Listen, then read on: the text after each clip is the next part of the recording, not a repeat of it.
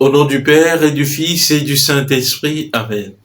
Envoie tes messagers, Seigneur, dans le monde entier.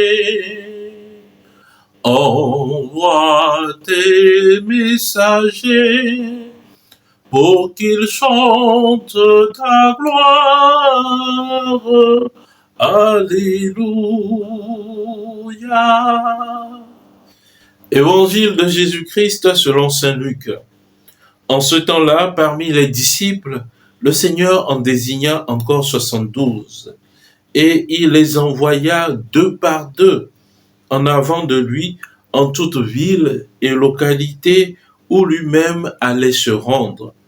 Il leur dit, la moisson est abondante, mais les ouvriers sont peu nombreux. Priez donc le maître de la moisson d'envoyer des ouvriers pour sa moisson. Allez, voici que je vous envoie comme des agneaux au milieu des loups.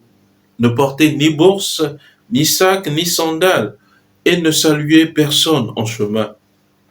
Mais dans toute maison où vous entrerez, dites d'abord paix à cette maison. S'il y a là un ami de la paix, votre paix ira reposer sur lui. Sinon, elle reviendra sur vous. Restez dans cette maison, mangeant et buvant ce que l'on vous sert, car l'ouvrier mérite son salaire. Ne passez pas de maison en maison. Dans toute ville où vous entrerez et où vous serez accueillis, mangez ce qui vous est présenté. Guérissez les malades qui s'y trouvent et dites-leur, le règne de Dieu s'est approché de vous. Acclamons la parole de Dieu, louange à toi, Seigneur Jésus. Bien-aimés de Dieu, paix et joie à vous. Aujourd'hui, 18 octobre, nous fêtons dans l'Église universelle Saint Luc, évangéliste. Il n'était pas apôtre du Seigneur, mais il était disciple de Jésus-Christ. Notons que Saint Luc était un médecin et il a tout laissé pour suivre le Christ. C'est également là le message que nous communique l'évangile de ce jour. L'évangile commence en ces termes, parmi ses disciples, le Seigneur en désigna encore 72.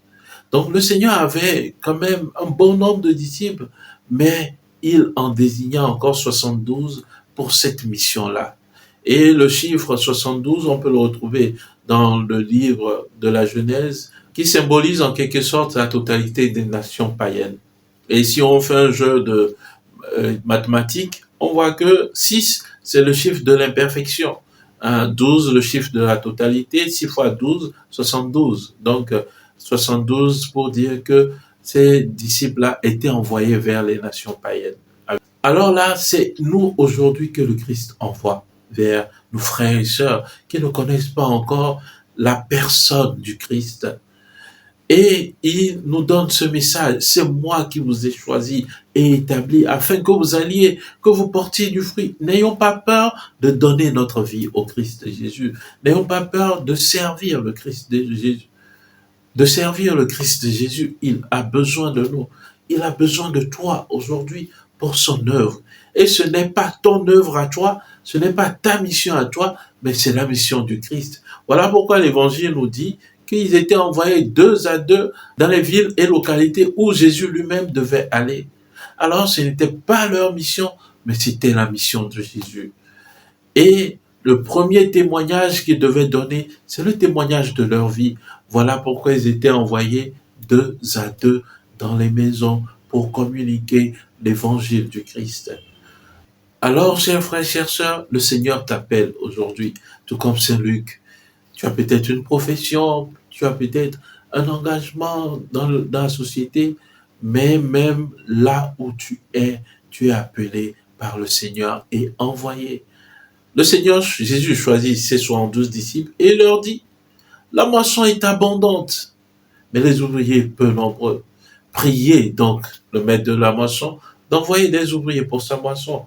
C'était les 72 qu'il avait choisis. C'est à ces mêmes 72 qu'il donne cette recommandation. Priez pour que les ouvriers viennent à la moisson. Alors, après, il leur dit, allez. Ah oui, bien-aimé de Dieu, Il nous faut nous mouvoir, quitter nos certitudes, quitter là où nous sommes pour aller rencontrer les gens et donner la bonne nouvelle du salut. Allez, voici que je vous envoie comme des agneaux au milieu des loups. N'ayons pas peur. Si le Seigneur nous dit qu'il est notre berger, lui qui écoute notre voix, c'est que le berger, lorsqu'il est là, il chasse les loups. Avec sa roulette et son bâton, il est là pour défendre le troupeau. Alors nous n'avons pas peur, nous allons en paix dans le nom de Jésus-Christ. Allez, voici que je vous envoie.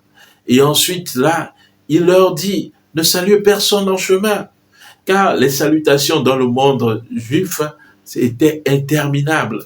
Et certains peuples dans nos cultures ont gardé ces traditions-là, où on prend du temps, véritablement, pour saluer le frère, la sœur.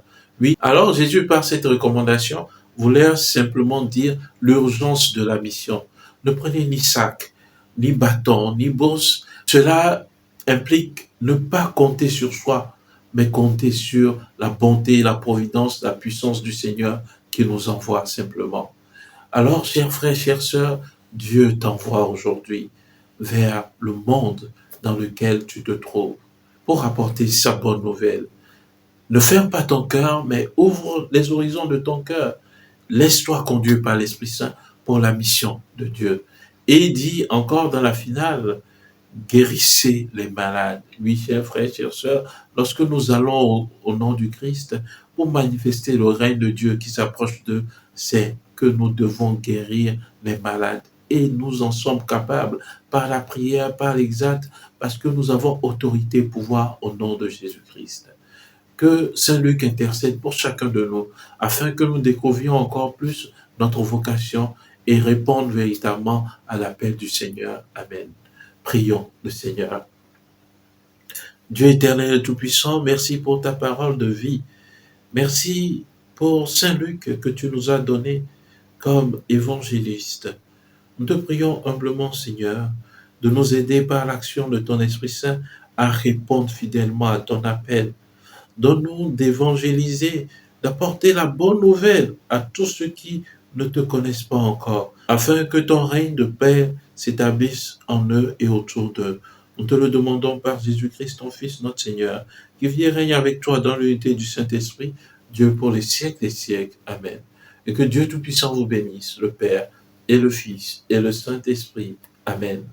Bonne fête de Saint-Luc, bonne journée de prière et de travail, et que les bontés de Dieu vous accompagnent. Amen.